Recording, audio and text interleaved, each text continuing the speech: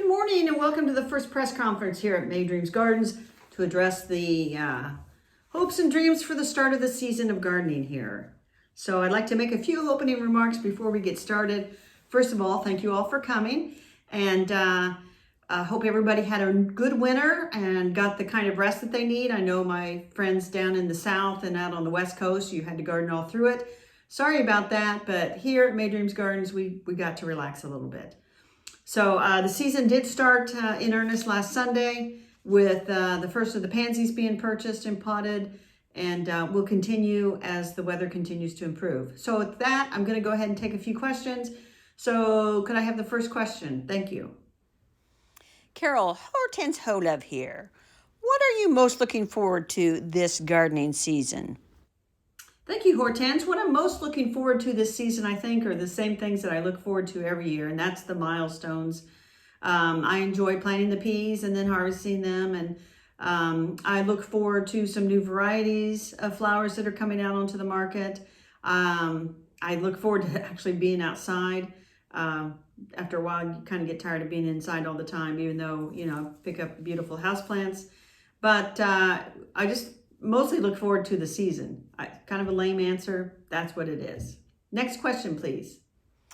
Lois Hart Lane, Gardening Gazette here, Carol. We notice you've started out with 9 flats of pansies and violas. Is this the same as last year? Do you anticipate more flats before the first frost? Yes, very good on your math, Lois. I did start off with 9 flats of pansies and violas. Take that times 18, you can figure out how many I actually bought. But it was 4 flats of pansies, 5 flats of violas. Haven't planted the violas. I do think it is enough.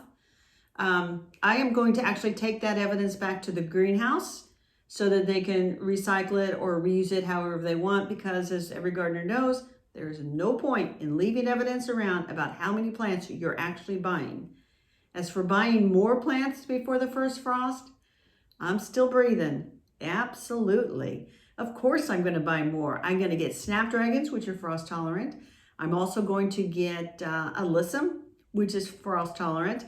Those primarily go out in the vegetable garden. So yeah, season's just starting. The garden center, the greenhouse around the corner, they need me. They need my cash. So I'm going to buy more because I want them. Next question, please. Over here, Miss Jane Hordaway from Dreams and Gardens magazine. Carol, can you address the rumor of you being late with ordering your seeds, and is there a risk of not having pea seeds by March the 17th? Yes, I can address the rumor of my seed order being late. I do not know how that got started. I have placed my seed order. It was placed within the last few days, but I feel like with the way companies work today, I'm going to get those seeds in time. And of course, part of those are my pea seeds, which are needed by March the 17th, which is the traditional day for planting. So I definitely am not concerned. Would I have liked it to have been earlier? Sure. I could have placed the same order in January. It wouldn't have changed a bit. But sometimes that's not how we roll.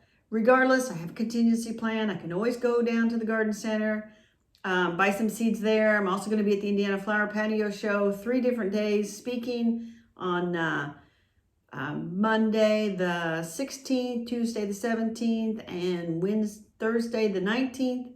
So I'll have plenty of time to find a seed vendor or two and get some seeds if I need them. So I'm not worried about that, and I feel like that's a non-issue. So I hope we don't have to talk about that again.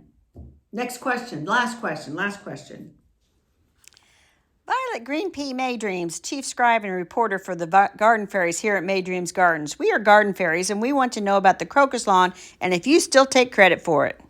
Yes, the crocus lawn. It is in full bloom. I expect today will be sunny and glorious out there, and I take absolutely full credit for it.